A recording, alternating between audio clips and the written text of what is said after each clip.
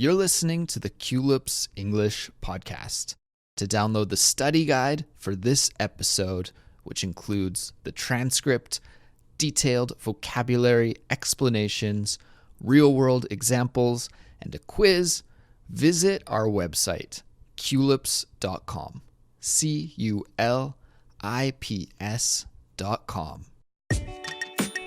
Hey everybody, my name is Andrew. And I'm Suzanne. And you're listening to Culips.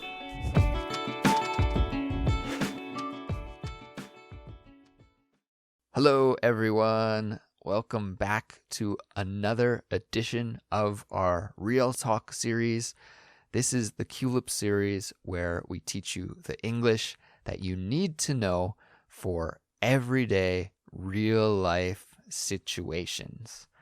And today we have, kind of a unique episode that's a little bit different than our other Real Talk episodes, because a lot of our other Real Talk episodes are focused on going out into the world in professional settings or settings where you need to use English to navigate your life. But in this episode, we're going to bring it closer to home, and we're going to talk about families and focus on terms of endearment that we can use to refer to people around us who aren't our significant others. So you could think of terms of endearment as being kind of nicknames that we give to people around us that we're really close to, like our family members, our parents, our brothers, our sisters, this kind of thing. And well, before I ramble too much here, I should say that I'm joined today by Suzanne, my co-host. Sue, how's it going? Hi, guys. Good. How are you, Andrew? I'm doing really well, Sue. I have a question for you just off the top here. Yeah. Do any of your family members use a term of endearment nickname to refer to you? Yeah, they do, actually. So my name is Suzanne. And sometimes my dad would call me Susie Q. Susie Q. And then, yeah, for short. And then it got shortened to Q. Okay. So sometimes my dad would call me, hey, Q. Hey, Q. Yeah, like, hey, Q. Then a funny thing that he would say instead of Q would be to add the Q to the beginning of Susie. So he'd call me QZ. But maybe that's more of a nickname than it is a pet name or a family term of endearment name. But yeah, Q. I don't know. It always made me feel warm. Yeah, it's nice. So that's great. That's one of the ways that we can do this, right? Is kind of a nickname or a term of endearment that's based on your given name. But there's also some more generic ones, and that's what we'll focus on today. And for example, my aunt, whenever she refers to me, she always calls me Hun. So she'll say, how you doing, Hun? Or how's it going, Hun? And yeah, my dad always calls me Pal. Hey, Pal. How's it going, Pal? This kind of thing. And so that's what we'll study here today, guys. Yep.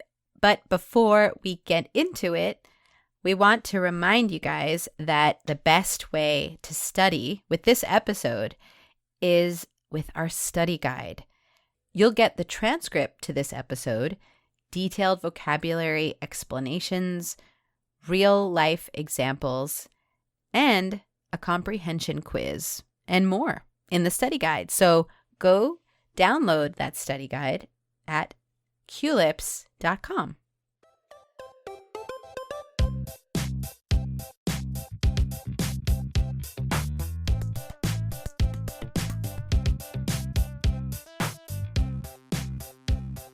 Okay, Sue, so let's get into it. The plan here for today is that we're going to listen to a couple of example conversations using different terms of endearment amongst family members. And then we'll talk about each conversation and give you guys some tips about how to make your own terms of endearment to talk about your family members or your friends, people that you're close to. Cool. All right, so let's listen to the first example conversation now. Hey, Dad, have you seen my baseball glove? I can't find it anywhere. Sorry, Squirt, I haven't seen it. Have you checked the closet? Of course. That's the first place I looked. It's not there. Well, then maybe you should think about cleaning your room. It looks like your clothes hamper threw up in there. It's no wonder you can't find anything. Ugh, all right. I'll try that. Good luck, buddy. You can do it.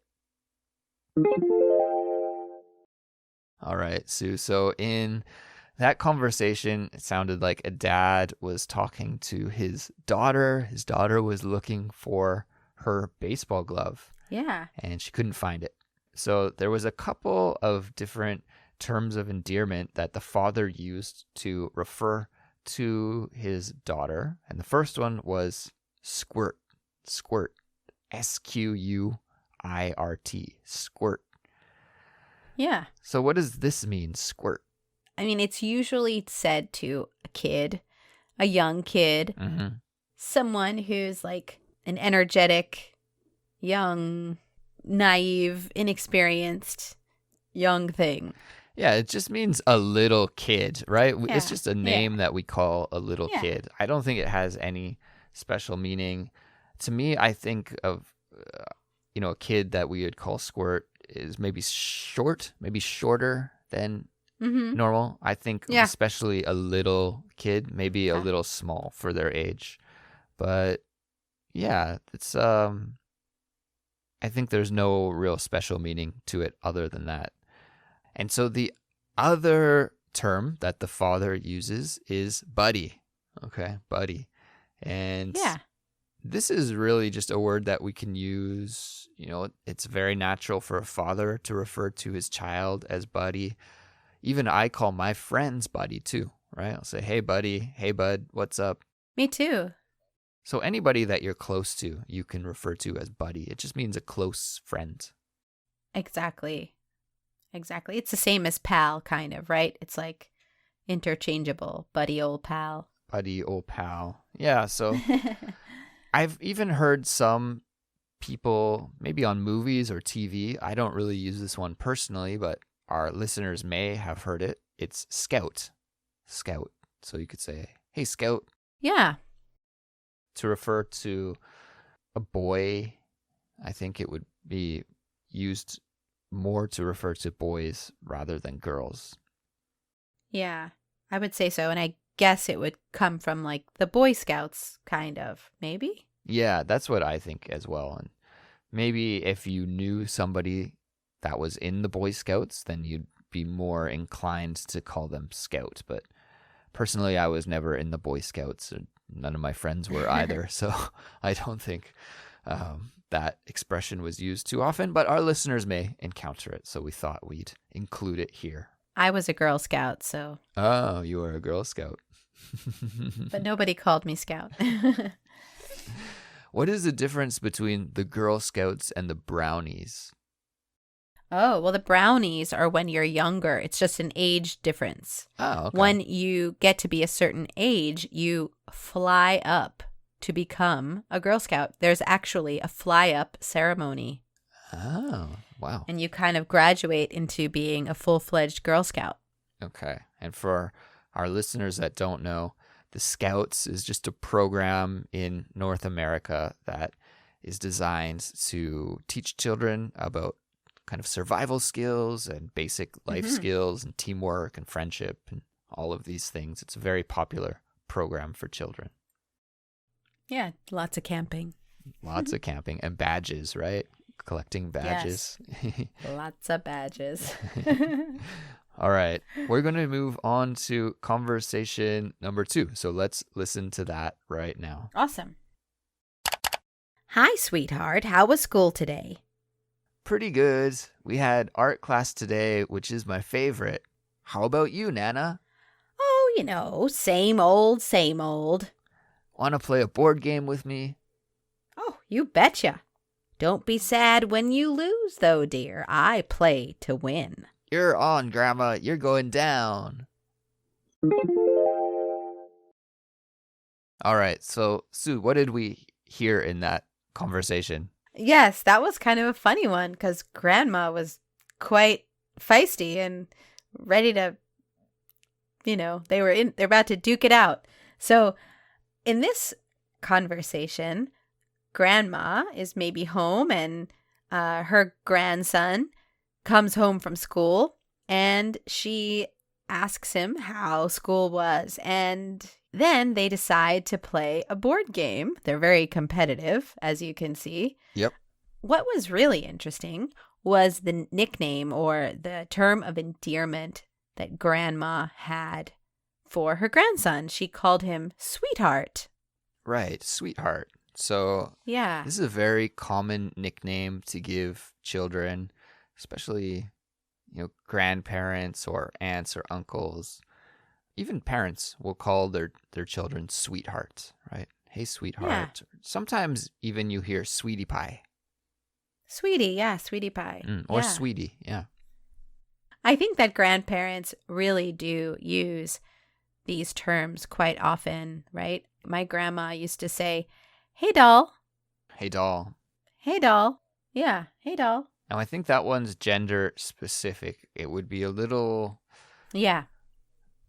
A little out of left field to call a boy, hey, doll. Right. Mm-hmm. You might even hear girly, hey, girly, right? I've heard that before. I don't think personally I would say that, but I have heard other speakers use that before. And again, that's a pretty gender specific. It would be strange to call a boy, hey, girly, but Yeah. But I've actually had girly said to me in a negative way, like, listen, girly. Yeah, it definitely... You don't do your homework. Yeah. It's not always positive. Exactly. Yeah. It depends on your tone. As I mentioned at the top, my aunt used to call me Hun, right? And Hun is short for honey. And right. So it's again this idea of something sweet, right? Honey is sweet, just like a sweetheart. And this is a metaphor that we use to refer to people that we love. And even my dad will call my mom Hun sometimes too. So it can also be used for couples to call each other Han or honey. And nice. Yeah, I don't know if I would use that. It sounds a little bit dated. Maybe it's like my parents' generation. Like because my parents use it, I think it's strange for me to use it, But, yeah. But I think people that are maybe in their 60s that kind of generation would use Han and honey to talk about their partners as well, romantic partners. Yeah, I agree. That is more of an older generation word. Yeah, exactly. All right, Sue. So we have one final conversation here to check out. So why don't we do that right now? Okay. Hey, Timmy. Long time no see. I think you've grown 10 centimeters since the last time I saw you. Please don't call me Timmy. I go by Tim now. What? No more Timmy? Too old for that now, huh? Yeah, Timmy is a baby name, and I'm 10 years old. I'm grown up. Well, all right then, pal. Tim it is. Okay. Nice. So in this conversation, we hear a rather hostile young man. Yeah. Who is not so excited to be called Timmy anymore. He wants to be referred to as Tim. The grown-up name. The grown-up name, yeah. And so this is an interesting thing that we do in English. For children, we can add this kind of Y sound to the end of some names to make a nickname that sounds a little cuter, I guess is why we use it. Sounds a little cuter. So yeah, for example, my name, Andrew, you could change to Andy, or Suzanne, we could change to Susie, right? And not that these names aren't used by grown-ups as well. Like there's plenty of grown-ups named Andy and Susie. It's just a way to make the name sound cuter, and sometimes we use this with children as well. Yeah. also shows a closeness to them, right? When you are close enough with someone to give them a nickname or change that name, it shows that you have a bond with that person as well. Yeah. I think there is a point though, where maybe when you get as a teenager, you kind of stop liking it and then it gets endearing again, maybe. Yeah, I think so. Yeah, maybe that, around puberty when you're going through some changes, assert your independence. Yeah, assert your independence, separate yourself from childhood. So you might not enjoy it, but yeah. I know in the hockey world, we've mentioned this on the podcast before, but it's really common to do this kind of ending to someone's last name. So if your last name was Smith, we'd call you Smithy. But again, this is a term of endearment because you can only do this to players on your own team, right? Or players that you're close with. And the commentators don't do this. The hockey game commentators, when you watch it on TV, they don't say, oh, Smithy has the puck and he's going down the ice now to score. They would say Smith. So it's only the players themselves referring to other players, though. They'll add this Y sound to the end of someone's family name. I didn't really notice that, but you're right. It's true. And there's a ton of other ways we can change people's names, a lot of wordplay, double names, rhyming. Of course, we don't have enough time to cover every single name in English. We'd be here for years and years and years. But just like you said, Sue, it's like Susie Q and then QZ. Yeah, QZ Sue. Yeah. Like, for example, here's a really common one. If someone's name is Claire, Claire, then we might call them Claire Bear. Claire Bear. Yeah. Or maybe someone's name is Carly. We could call them Car. Something like this, we can just change the name a little bit to make it more fun. And yeah, this is really, really quite common. Yeah, I think it's cute. I kind of like it. It's cute. And I guess it can be annoying sometimes, but I kind of like it. I kind of like it too. I like nicknames. I think nicknames are really fun and it's a good way to express that you're close to someone. Yeah.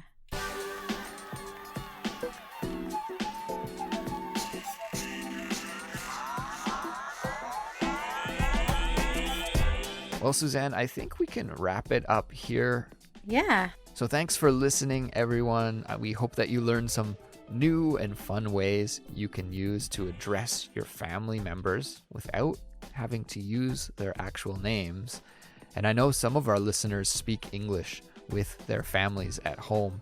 And so if you are one of these listeners, why don't you give this a try? Try out some of these terms of endearment with your friends and family. And maybe even share that with us. Share your experience in doing that. Or maybe some of the names that you've chosen with us on Instagram or Facebook or YouTube. Yeah, so whatever social media platform you use, we're probably on there. So just search for the Culips English podcast on social media. You can find us there. And as well, our website is culips.com. It is a place where you can listen to our massive back catalog of episodes. So if you want to listen to more English right now, then just check out our website, culips.com, to do that. And you can also download the study guide there as well. We'll be back soon with a brand new episode, right? So we'll talk to everyone then. Thank you and goodbye. Goodbye, guys.